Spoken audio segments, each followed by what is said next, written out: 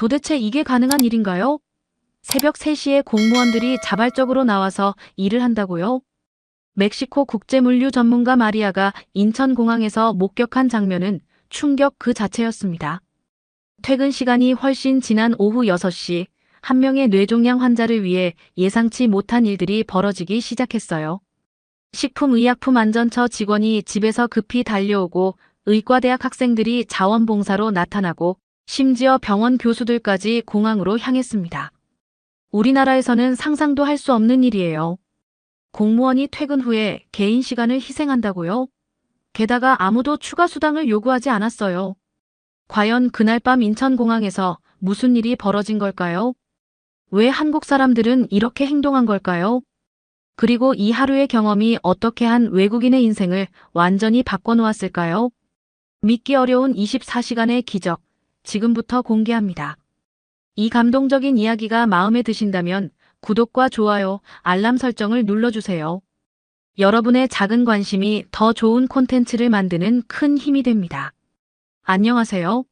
저는 마리아 곤잘레스입니다. 28살이고요. 멕시코시티에서 태어나 자랐습니다. 글로벌 메디칼 로지스틱스라는 국제 물류회사에서 5년째 일하고 있어요. 주로 의료기기와 의약품을 세계 각국으로 수송하는 업무를 담당하고 있습니다. 오늘도 여느 때와 다름없이 멕시코시티 국제공항의 화물터미널에서 하루를 시작했어요. 책상 위에는 처리해야 할 서류들이 산더미처럼 쌓여 있었습니다. 각각의 서류는 환자들의 생명과 직결된 중요한 의료기기들의 운송장이었죠. 부하 직원인 카를로스가 한숨을 내쉬며 제게 다가왔어요. 그의 표정을 보니 또 무슨 문제가 생겼구나 싶었습니다. 과연 그의 입에서는 예상했던 대로 좋지 않은 소식이 나왔어요. 응급심장 수술용 스텐트가 이틀째 세관에 묶여 있다는 것이었습니다. 담당 공무원이 휴가를 떠났고 대리자도 정해지지 않은 상태라고 했어요. 환자는 수술을 기다리고 있는데 말이죠. 저는 즉시 세관 사무소에 전화를 걸었습니다. 하지만 돌아온 답변은 늘 듣던 것과 같았어요. 규정상 담당자가 돌아올 때까지 기다려야 한다는 것이었습니다. 아무리 응급 상황이라고 설명해도 소용없었어요. 오후 3시가 되자 세관 직원들은 하나둘 퇴근하기 시작했습니다. 저는 컴퓨터 화면을 멍하니 바라보며 생각에 잠겼어요. 이것이 바로 멕시코의 현실이었습니다. 사람의 생명이 걸린 급한 일도 정해진 시간과 절차를 벗어날 수 없었어요. 공무원들에게는 개인의 편의가 최우선이었습니다. 퇴근 시간이 되면 어떤 응급 상황이 있어도 자리를 떠났어요. 주말이나 휴일에는 연락조차 닿지 않았습니다. 환자의 생명보다 자신들의 휴식이 더 중요했던 거죠. 이런 시스템 속에서 5년 동안 일하면서 저는 점점 지쳐가고 있었어요. 처음 이 일을 시작할 때는 의료 물류를 통해 사람들을 도울 수 있다는 사명감이 있었습니다. 하지만 현실은 그렇지 못했어요. 매번 반복되는 지연과 관료주의 때문에 정작 도움이 필요한 환자들은 기다려야만 했습니다. 저는 이런 상황에 무력감을 느끼고 있었어요. 과연 다른 나라는 어떨까 하는 생각도 들었지만 아마 비슷할 거라고 생각했습니다. 그날 저녁 집에 돌아가면서도 마음이 무거웠어요. 내일이면 스텐트를 기다리는 환자가 사흘째 수술을 미뤄야 하는 상황이었습니다. 이런 일들이 반복될 때마다 저는 제 일에 대한 회의감이 들었어요. 정말 의미 있는 일을 하고 있는 건지 의문이 들었습니다. 다음 날 아침 일찍 회사에 도착하자마자 본사에서 긴급 전화가 걸려왔어요. 저는 수화기를 들고 평소보다 급한 톤의 목소리를 들었습니다. 미국 본사의 로버트 부장이었어요. 서울대학교 병원에서 최신 MRI 장비의 핵심 부품을 긴급히 요청했다는 내용이었습니다. 환자의 뇌종양 수술에 꼭 필요한 정밀 스캔을 위해서라고 했어요. 시간은 24시간, 그 안에 반드시 배송을 완료해야 한다는 조건이었습니다. 로버트 부장은 제게 직접 한국으로 가서 이 임무를 처리해달라고 요청했어요. 한국은 까다로운 통관 절차로 유명하고 언어 장벽도 있어서 경험이 풍부한 직원이 직접 가야 한다는 것이 그의 설명이었습니다. 저는 잠시 망설였어요. 한국이라는 나라에 대해 아는 것이 거의 없었거든요. 아시아의 작은 나라 정도로만 알고 있었고 아마도 다른 나라들과 비슷한 관료주의적 시스템을 가지고 있을 거라고 생각했습니다. 하지만 이것은 거절할 수 없는 임무였어요. 회사에서 저를 신뢰하고 맡긴 일이었고 무엇보다 환자의 생명이 걸린 문제였으니까요. 저는 즉시 필요한 서류들을 준비하기 시작했습니다. 의료기기 수출입 허가서, 원산지 증명서, 품질 인증서 등 수십 가지 서류를 챙겨야 했어요. 멕시코에서 한국으로 가는 비행기는 하루에 한 편뿐이어서 시간도 촉박했습니다. 서류 하나라도 빠지면 통관에서 문제가 생길 수 있었거든요. 비행기 안에서 저는 노트북을 열어 한국에 대한 정보를 찾아봤습니다. 빠른 경제 성장을 이룬 나라, 효율적인 시스템을 갖춘 선진국이라는 내용들이 있었어요. 하지만 저는 여전히 회의적이었습니다. 어떤 나라든 관료주의는 비슷할 거라고 생각했거든요. 특히 의료기기 같은 민감한 품목의 경우에는 더욱 까다로운 절차를 거쳐야 할 것이라고 예상했습니다. 아마도 며칠은 걸릴 거라고 마음의 준비를 했어요. 긴 비행 시간 동안 저는 최악의 시나리오를 생각해봤습니다. 서류에 문제가 있어서 며칠간 지연될 수도 있고 추가 인증이 필요해서 본국으로 서류를 다시 보내야 할 수도 있었어요. 그렇게 되면 환자는 수술을 무기한 연기해야 할 것이었습니다. 저는 회사에서 준 한국 현지 연락처를 확인했어요.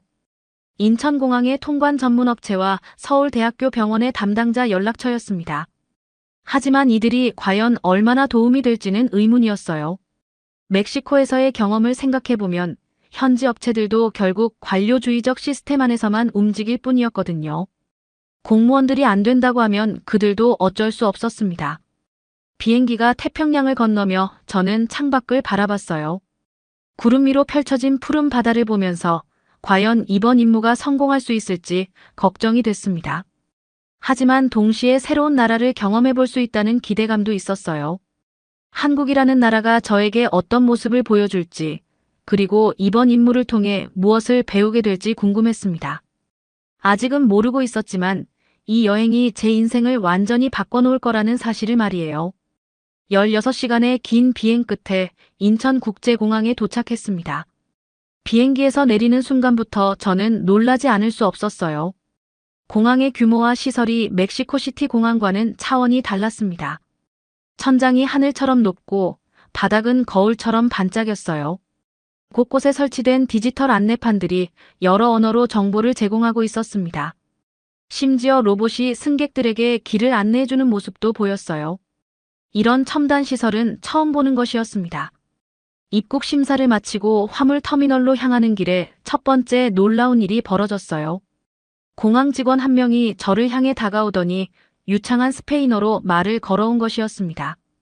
그는 자신을 김민수라고 소개하며 제가 의료기기 수송 담당자라고 들었다고 했어요. 저는 당황스러웠습니다. 제가 언제 도착한다는 정보를 어떻게 알고 있는 거죠? 더구나 스페인어까지 할 줄 아는 직원이 마중을 나와 있다니요. 김민수 씨는 제 의문을 알아차리고 친절하게 설명해 주었어요. 중요한 의료 화물의 경우 미리 관련 부서에 정보를 공유해서 원활한 통관을 돕는다는 것이었습니다. 그리고 스페인어는 라틴 아메리카 지역 담당자들을 위해 특별히 배웠다고 했어요. 이런 시스템은 멕시코에서는 상상도 할 수 없는 일이었어요. 거기서는 아무도 미리 준비해주지 않았고 모든 것을 혼자 해결해야 했거든요. 외국어를 할 줄 아는 직원을 만나는 것도 행운이었는데 여기서는 당연한 서비스처럼 제공되고 있었습니다. 김민수 씨는 저를 화물 통관 사무소로 안내해 주었어요. 가는 길에 그는 한국의 의료기기 수입 절차에 대해 친절하게 설명해 주었습니다. 필요한 서류들과 예상되는 소요 시간, 그리고 주의사항들까지 자세히 알려주었어요. 통관 사무소에 도착하니 담당 공무원인 김 과장이 기다리고 있었습니다. 그는 제가 가져온 서류들을 꼼꼼히 검토하기 시작했어요. 저는 긴장했습니다. 멕시코에서의 경험상 이런 검토 과정에서 항상 문제가 발생했거든요. 김 과장은 서류를 하나하나 살펴보며 때때로 고개를 끄덕였어요. 다행히 큰 문제는 없어 보였습니다. 하지만 그가 마지막 서류를 보더니 잠시 멈춤을 했어요. 제 심장이 빨라지기 시작했습니다. 그는 서류를 다시 한번 자세히 살펴보고는 동료와 상의를 시작했습니다. 저는 최악의 상황을 각오했어요. 아마도 추가 서류가 필요하거나 절차상 문제가 있을 거라고 생각했습니다. 김 과장이 저를 향해 미소를 지으며 말했어요. 대부분의 서류는 완벽하지만 한국식품의약품안전처의 임시 수입 허가가 추가로 필요하다는 것이었습니다. 이는 최신 의료기기의 경우 반드시 거쳐야 하는 절차라고 했어요. 저는 한숨을 내쉬었습니다. 역시나 추가 절차가 필요했어요. 시계를 보니 오후 5시였습니다. 멕시코에서라면 이 시간에는 모든 공무원들이 퇴근해서 내일까지 기다려야 할 상황이었죠. 저는 체념하며 김 과장에게 물었어요. 내일 아침에 처리가 가능한지 말이에요. 하지만 그의 대답은 제 예상과 완전히 달랐습니다. 그는 환자가 응급수술을 기다리고 있다면 지금 당장 해결 방법을 찾아보겠다고 했어요. 그 순간 저는 한국이 멕시코와는 다른 나라라는 것을 느끼기 시작했습니다. 김 과장은 즉시 행동에 나섰어요. 그는 책상 위에 전화기를 들고 식품의약품안전처에 연락하기 시작했습니다. 저는 그의 모습을 보며 신기했어요. 멕시코에서라면 퇴근 시간이 지났다는 이유로 아무도 전화를 받지 않을 텐데 말이죠. 첫 번째 전화에서는 담당자가 이미 퇴근했다는 답변이 돌아왔어요. 저는 속으로 생각했습니다. 역시 어느 나라나 마찬가지구나. 하지만 김 과장의 반응은 달랐어요. 그는 포기하지 않고 다른 번호로 전화를 걸기 시작했습니다.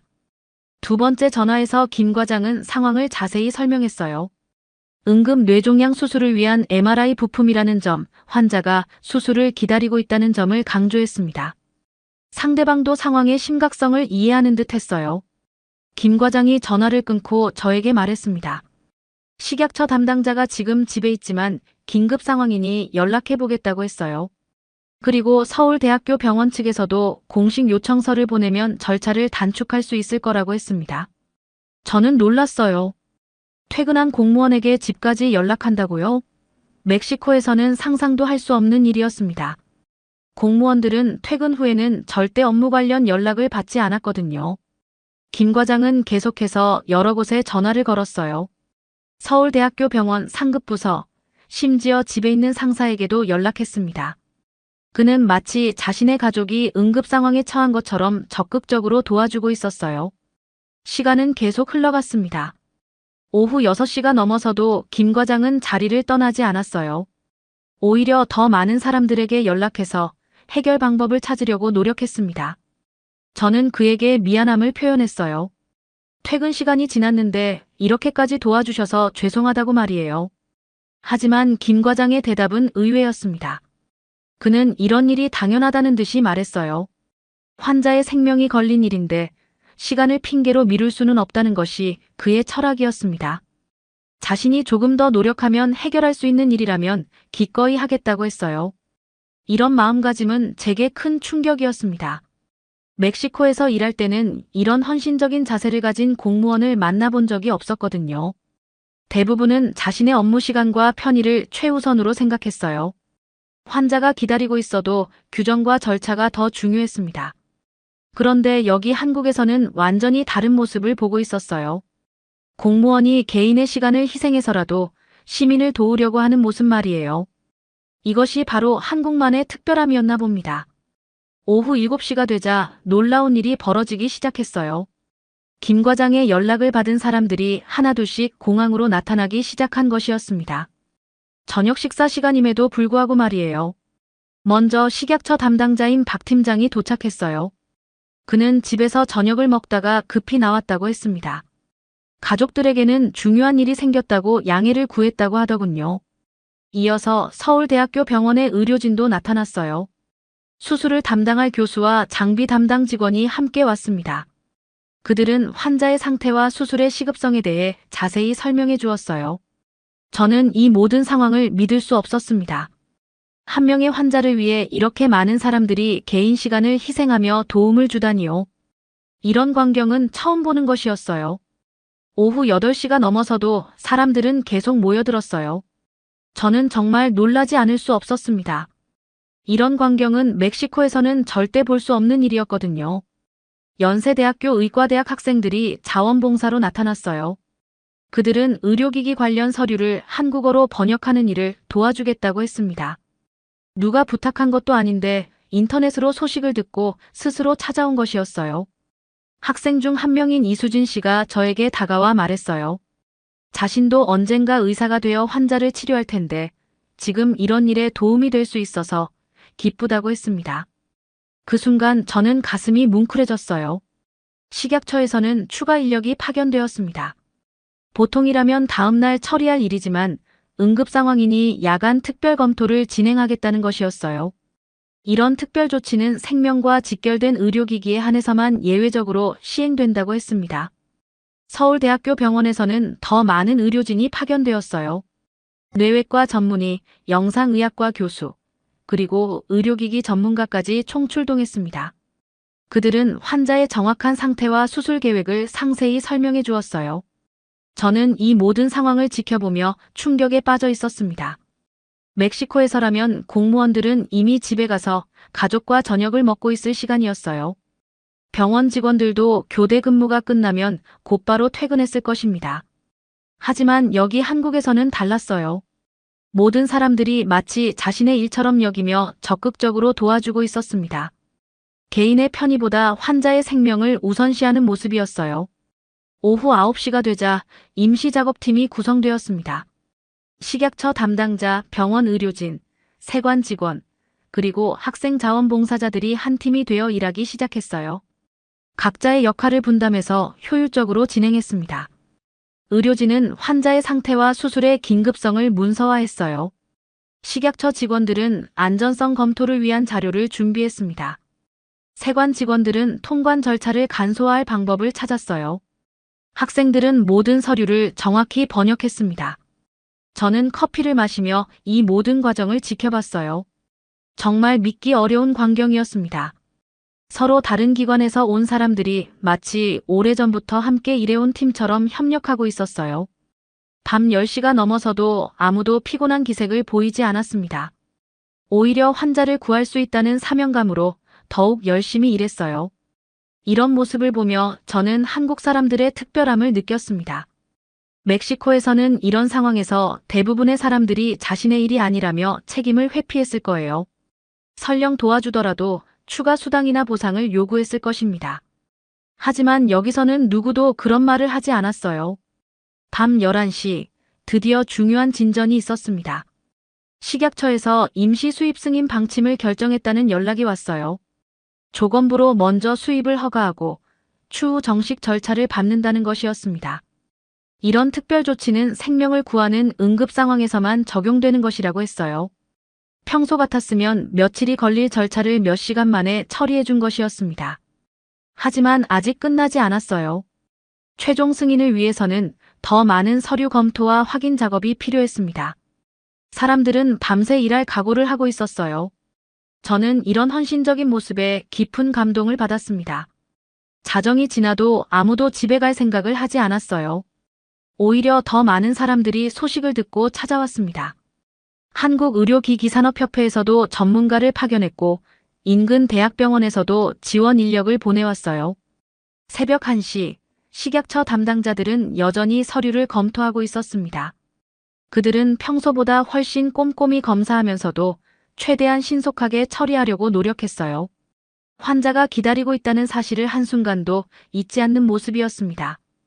의과대학 학생들은 교대로 번역 작업을 계속했어요. 피곤해 보이는 학생이 있으면 다른 학생이 자연스럽게 바톤을 이어받았습니다. 그들은 마치 자신의 가족이 수술을 기다리고 있는 것처럼 진심으로 도와주었어요. 저는 이 모든 광경을 보며 눈물이 날 것 같았습니다. 멕시코에서라면 절대 불가능한 일이었거든요. 거기서는 개인의 시간이 무엇보다 소중했고 남의 일에 이렇게까지 헌신하는 사람을 찾기 어려웠어요. 새벽 2시 서울대학교 병원에서 추가 소식이 전해졌습니다. 환자의 가족들이 병원에서 밤새 기다리고 있다는 것이었어요. 수술이 하루 늦어질 때마다 위험도가 높아진다는 의사의 설명을 듣고 더욱 불안해하고 있다고 했습니다. 이 소식을 들은 사람들의 표정이 더욱 진지해졌어요. 단순히 의료기기를 통관시키는 일이 아니라 한 사람의 생명과 가족의 희망이 걸린 문제라는 것을 모두가 느끼고 있었습니다. 김 과장이 저에게 다가와 말했어요. 지금까지 이런 응급 상황을 여러 번 겪어봤지만 이번처럼 많은 사람들이 자발적으로 도움을 준 경우는 처음이라고 했습니다. 한국 사람들의 따뜻한 마음을 보여주는 사례라고 덧붙였어요. 새벽 3시가 되어서야 모든 검토가 완료되었습니다. 식약처에서 최종 승인이 나왔고 세관에서도 통관 허가가 떨어졌어요. 드디어 의료기기를 병원으로 보낼 수 있게 된 것이었습니다. 그 순간 작업장에 박수 소리가 울려 퍼졌어요. 모든 사람들이 환호하며 서로를 축하했습니다. 저는 감격해서 말문이 막혔어요. 이 모든 과정이 꿈만 같았거든요. 저는 김 과장에게 물어봤어요. 도대체 왜 이렇게까지 도와주시는 거냐고 말이에요. 그의 대답은 정말 단순했습니다. 사람의 생명이 걸린 일이니까 당연히 해야 할 일이라는 것이었어요. 그는 계속해서 말했습니다. 만약 자신의 가족이 이런 상황에 처했다면 다른 나라 사람들도 이렇게 도와주기를 바랄 거라고 했어요. 그러니 자신들도 똑같이 해야 한다는 것이 그의 철학이었습니다.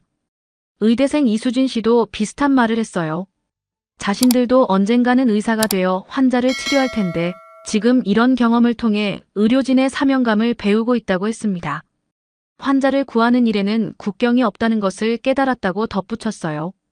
식약처 박 팀장은 더욱 인상적인 말을 했습니다.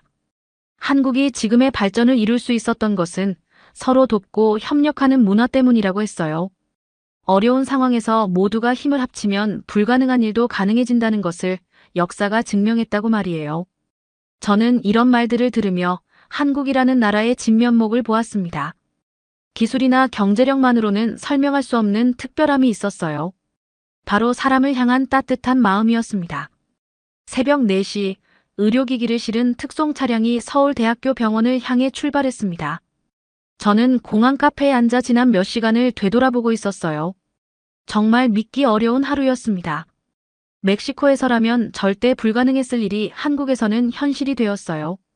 한 명의 환자를 위해 수십 명의 사람들이 밤을 새워가며 도움을 준 것입니다. 이런 광경을 목격한 저는 완전히 다른 세상에 온 듯한 느낌이었어요. 김 과장이 제게 다가와 앉았습니다.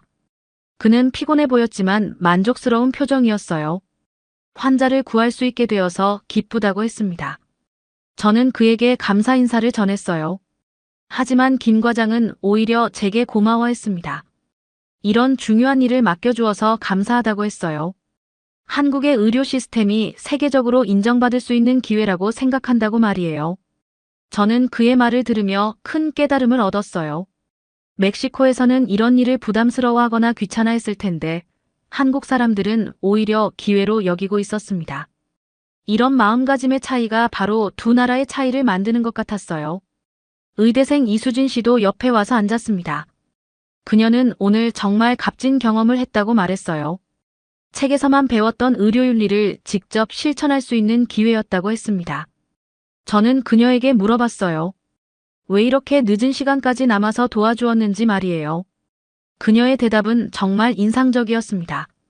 언젠가 자신도 의사가 되면 이런 상황에서 환자를 도와야 할 텐데 지금부터 그 마음을 기르고 싶다고 했어요. 식약처 박 팀장도 마지막 인사를 하러 왔습니다. 그는 오늘의 경험이 한국의 행정 시스템이 얼마나 유연하고 효율적인지 보여주는 사례라고 했어요.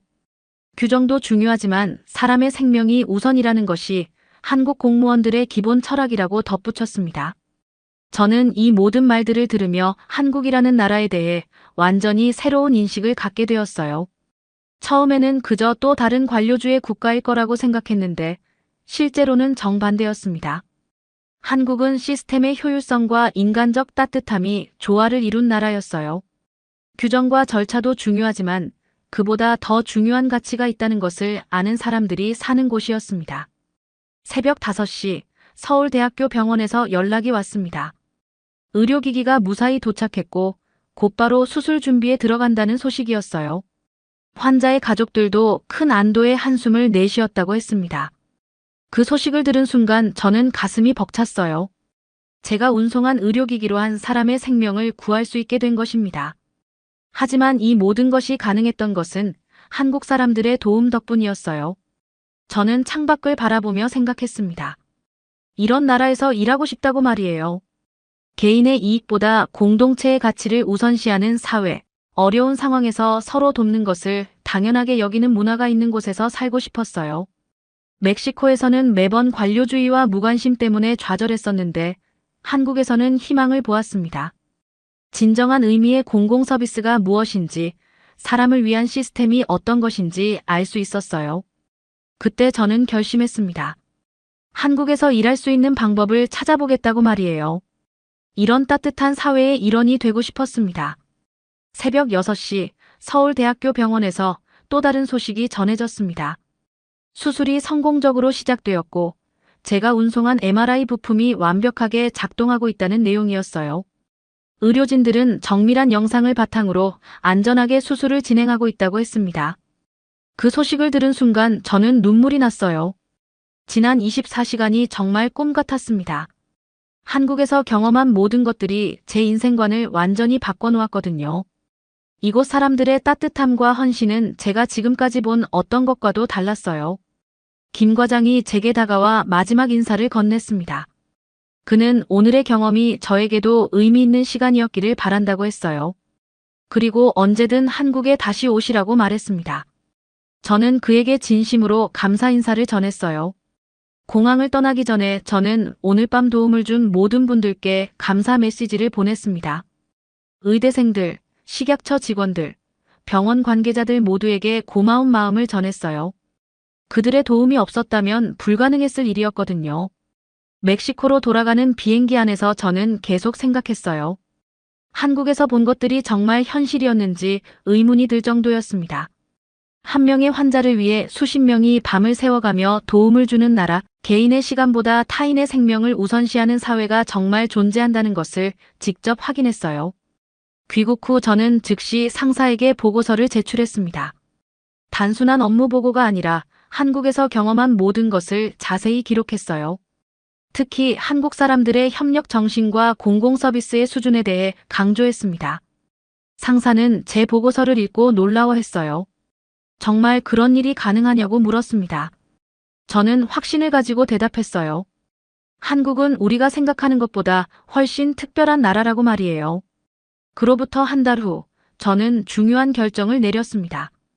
회사에 한국 지사 발령을 요청한 것이었어요. 상사는 의외라는 표정을 지었습니다. 제가 항상 멕시코를 떠나고 싶어 하지 않았거든요.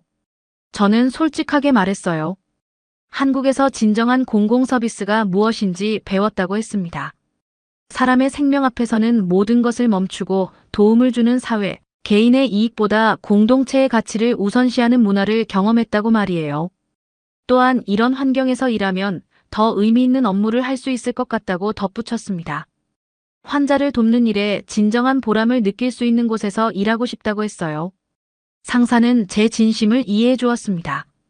그리고 한국이 회사의 아시아 사업 확장에 중요한 거점이 될 수 있다는 점도 고려해 주었어요. 몇 주간의 검토 끝에 제 요청이 승인되었습니다. 6개월 후 저는 다시 인천공항에 서 있었어요. 이번에는 관광객이 아니라 새로운 삶을 시작하러 온 것이었습니다. 김 과장이 마중을 나와 주었어요. 그는 제가 한국에서 일하게 된 것을 진심으로 환영한다고 했습니다.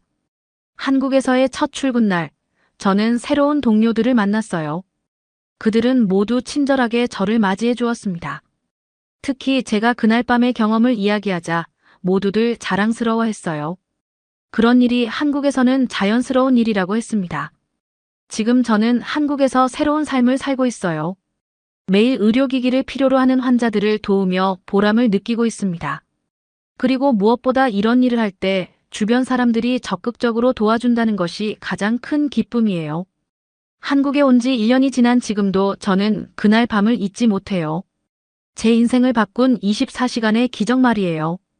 한국이라는 나라가 선물해준 소중한 경험이었습니다. 마리아 곤잘레스의 이야기는 여기서 끝이 아닙니다. 지금도 그녀는 한국에서 새로운 삶을 살아가고 있어요. 매일 의료기기를 필요로 하는 환자들을 도우며 진정한 보람을 느끼고 있습니다.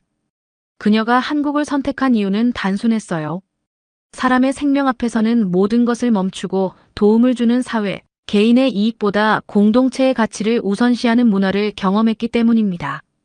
한국에서는 불가능한 일이 가능해져요. 한 명의 환자를 위해 수십 명이 자발적으로 나서는 모습을 보며 깨달았죠. 이런 따뜻한 사회에서 일하고 싶다고 말이에요. 마리아의 이야기는 우리에게 중요한 메시지를 전해줍니다. 진정한 발전은 기술이나 경제력만으로 이루어지는 것이 아니라는 점이에요.